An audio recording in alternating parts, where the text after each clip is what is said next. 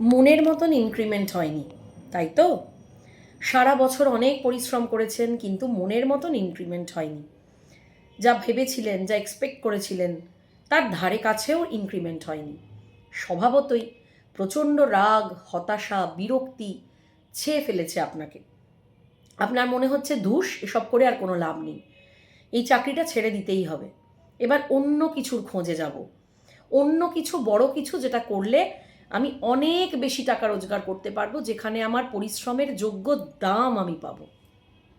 কিন্তু এই যে কথাগুলো সাংঘাতিকভাবে ভেবে চলেছেন, খুব স্বাভাবিকভাবে ভাবাটাই স্বাভাবিক। সারা বছর মন প্রাণ এক করে খেটেছেন শুধু একটা জিনিসেরই তো জন্য, যে বছরের শেষে আপনার পরিশ্রমের দাম হিসেবে আপনি আপনার মনের মতন ইনক্রিমেন্ট পাবেন, এবং তাই দিয়ে আপনার অনেক পেন্ডিং কাজ যেগুলো এখনও বাকি থেকে গেছে সেগুলো করতে পারবেন। কিন্তু বলে রাখি, এই এত বড় দুঃখ, কষ্ট, হতাশার পেছনে একটা অদ্ভুত জিনিস লুকিয়ে আছে, যেটা কিন্তু অনেকেই জানেন না, বা যারা জানেন তারা ফলো করতে পারেন না। ফলে এই দুঃখ, রাগ, হতাশা, আপনার যে এমপ্লয়ার তার প্রতি রাগ, যার একটু বেশি ইনক্রিমেন্ট হয়েছে, হয়তো তিনি আপনার থেকে কম পরিশ্রম করেন, তারপরেও আপনার থেকে তার বেশি ইনক্রিমেন্ট হয়েছে, আর আপনি প্রচুর পরিশ্রম করেও মন মতন ইনক্রিমেন্ট পাননি বলে যে সাংঘাতিক নেগেটিভ এনার্জিটার মধ্যে ডুবে গেলেন, তাতে আলটিমেটলি আপনি যেটার ক্ষতি করলেন সেটা হলো আপনার নিজের মানি এনার্জি।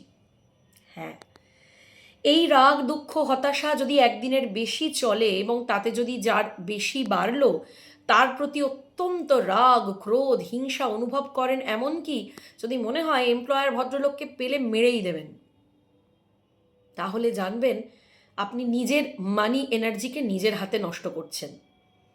হ্যাঁ, আপনি পরিশ্রম করেছেন, 100 বার পরিশ্রম করেছেন, তারপরেও যখন হয়নি, তাহলে বুঝতে হবে আপনার এনার্জিতে কোনো সমস্যা আছে।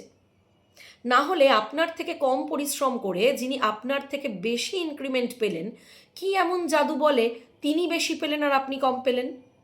আর সেই এনার্জিটাকে অ্যালাইন করার জন্য বা নেগেটিভ হওয়ার থেকে বাঁচানোর জন্য সবার আগে যেটা করা উচিত, যেটুকুনি ইনক্রিমেন্ট হয়েছে সেই ইনক্রিমেন্টটাকে একটু মাথা ঠান্ডা করে, একটু মাথা ঠান্ডা হলে, এবং একেবারেই মাথা ঠান্ডা না হলে সেই মাথাটা ঠান্ডা করার চেষ্টা করে সেই ইনক্রিমেন্ট হওয়া অ্যামাউন্টটাকে ধন্যবাদ জানান।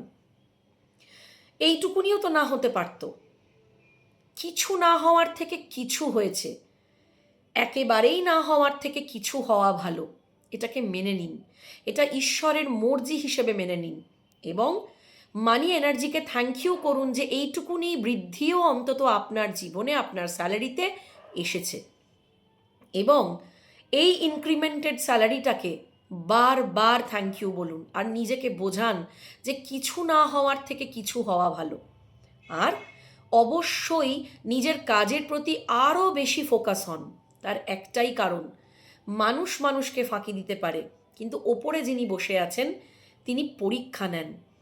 আপনি যদি এই পরিস্থিতিতেও নিজেকে সামলে, শান্ত করে নিজেকে এটা বোঝাতে পারেন যে এই মুহূর্তেও আপনাকে গ্র্যাটিটিউডই দিতে হবে, আপনি দেখবেন অচিরেই অবলীলায় অন্য কোনো সোর্স থেকে কিভাবে আপনার এক্সপেক্টেড টাকা আসতে শুরু করেছে ম্যাজিকের মতো।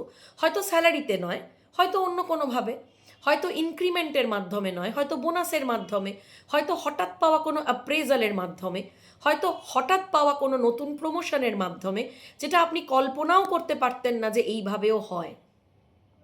আমি কিন্তু এমন মানুষকেও চিনি যারা একই বছরের ডাবল প্রমোশন পেয়েছে।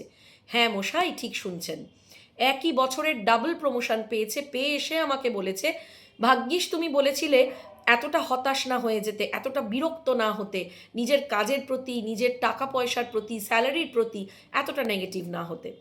বিশ্বাস যদি রাখেন আর এই মুহূর্তে নিজেকে শান্ত করে ধৈর্য ধরে যেটুকুনি পেয়েছেন সেটুকুনিকেও যদি ঈশ্বরের আশীর্বাদ, ইউনিভার্সের আশীর্বাদ এবং আপনার পরিশ্রমের ফল হিসেবে মনে করেন, এবং সেটা যদি লাগাতার মনে করতে থাকেন, কোন কোন সোর্স থেকে আপনার কাছে এক্সট্রা টাকা আসবে, এক্সপেক্টেড আনএক্সপেক্টেড সোর্স থেকে আপনি নিজেও ভাবতে পারবেন না। তাই যারা খুব দুঃখ কষ্ট হতাশায় ডুবে গেছেন, আমার তাদের কাছে রিকোয়েস্ট, একটু মন দিয়ে ভিডিওটা দেখুন আর অবশ্যই ওইটুকুনি বৃদ্ধি পাওয়া স্যালারিকে, ইনক্রিমেন্টকে ধন্যবাদ জানান, রোজ ধন্যবাদ জানান। আর ভাবুন এটুকুও না হতে পারত। কোভিডের মতন একটা সময় কিন্তু আমরা কাটিয়েছি, তাই সেইটাকে মাথায় রেখে যেটুকুনি হয়েছে সেটুকুনিকে বারবার ধন্যবাদ জানান। কন্টিনিউয়াসলি যদি ধন্যবাদ জানাতে থাকেন, দেখবেন আপনার মানি এনার্জি শিফট হবেই। খুব ভালো থাকুন, দেখা হচ্ছে চটপট আমার নতুন ভিডিওতে। প্রচুর প্রচুর শেয়ার, লাইক, সাবস্ক্রাইব বাটনের প্রেস এগুলো চাই কিন্তু। আর হ্যাঁ, কার কার ইনক্রিমেন্ট কম হওয়ায় কার কার মনে কি কি দুঃখ হয়েছিল, আর এই ভিডিওটা কার কার মনে কি কি প্রলেপ, শান্তির প্রলেপ লাগালো, অবশ্যই বলতে ভুলবেন না। অপেক্ষা করছি আপনাদের কমেন্টের। খুব ভালো থাকুন।